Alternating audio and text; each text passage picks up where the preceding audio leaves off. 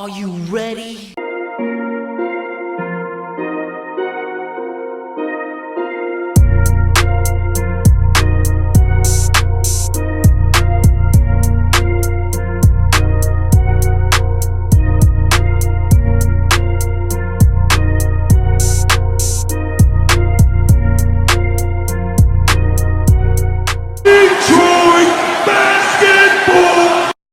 Happy Friday, peeps. How's it going? We got some good news. For those of you guys who have not seen it yet, Blake Griffin has been cleared for basketball activities. He's been upgraded to day-to-day. So what that means is not necessarily is he going to play today. It is questionable. But as of right now, Derrick Rose and Blake Griffin are still out for Friday's night game against the NF Pacers.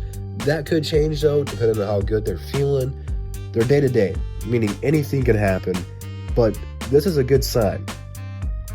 The Pistons are taking their time with their two probably most important players because we need them, but at the same time, we can't rush them back because we need them towards the later in the season when we're making that playoff push and eventually when we get into the playoffs.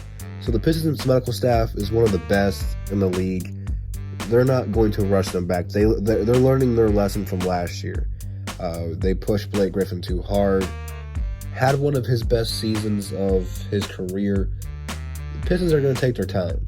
And even when Blake Griffin comes back, I'm not expecting him to have a huge workload. He is going to get some of the plays. He's probably not going to play a ton of minutes right away. He is going to be on a minute restriction. And he's not going to play back-to-backs. I can almost guarantee that. But it's a good sign to hear that he is practicing. He's still got that leg sleeve on. It's not as big as the one he had towards the end of the last season and in the playoffs. But he still has that leg sleeve on. But for this matchup, we are still without a point guard. But I'm here for Bruce Brown, man. I'm liking what I'm seeing from Bruce Brown. And I'm liking what I'm seeing from Luke Kennard.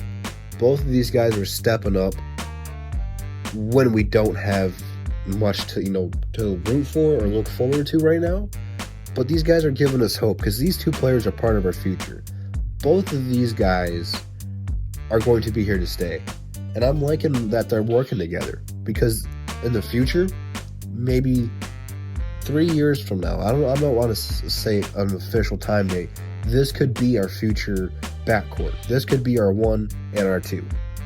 So while they're playing right now and winning, you have to stay positive with that. Is it pretty? No. They're young. They're still going to make mistakes. They can't keep playing at a high level. They're still learning how to play basketball. I know we want Luke Kennard to be the guy, but he is still super young. This is only Bruce Brown's second year, so we got to stay patient with this. But it's good to see these guys getting these minutes because we've been saying this entire season, give some of these young guys minutes, and we are officially giving some of these younger guys minutes. And they're maybe not the young guys we want, as in Kyrie Thomas or Mihailuk, although Mihailuk is getting some minutes off the bench, and I'm liking that.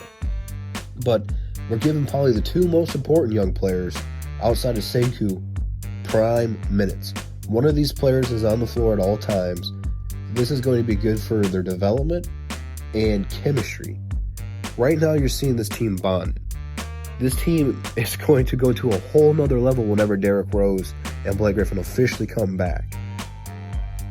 But right now, they have to hold on the floor. Andre's playing out of his mind right now. I think he had 27 and 12 the other night. And to be honest with you, it felt like one of his worst games of the season to me. And he played great. He played great. Andre's having a good year so far. He's got to keep it up. I just heard on Twitter, I saw a tweet, said he would love to be the Piston for the rest of his career, but whatever happens, happens. Kind of a backhanded compliment, but I don't think he wants to go anywhere. Something to keep forward to. I've been rambling on. We haven't talked about the matchup. We've already played this team twice. Why do we have to play them 3 times already into this season? And whoever made the schedule is lazy. I mean, there's so many teams in the NBA. We have to play the Pacers 3 times already. I mean, this is lazy and boring. I mean, It's going to be a tough game. Anytime you play a rival, Indiana's still a good team, although they haven't got off to the start I thought they were going to get to, or their fans thought they were going to get to. It's still going to be a tough, close game. They're going to be coming from revenge. They don't want to get swept by us, but at the same time, we have to have that motivation of, hey, we're down Blake Griffin and Derrick Rose and Reggie Jackson. Excuse me. You have to come out there with that fire if you're the Pistons. So it's going to be a tough, hard-fought game again, but it's must-see TV. Broken record here. When the Pistons take care of the ball, they win. When they turn it over, they're losing. It's night and day difference. And being a young team that's still learning how to play point guard and Luke Kennard and Bruce Brown, you're going to turn the ball over.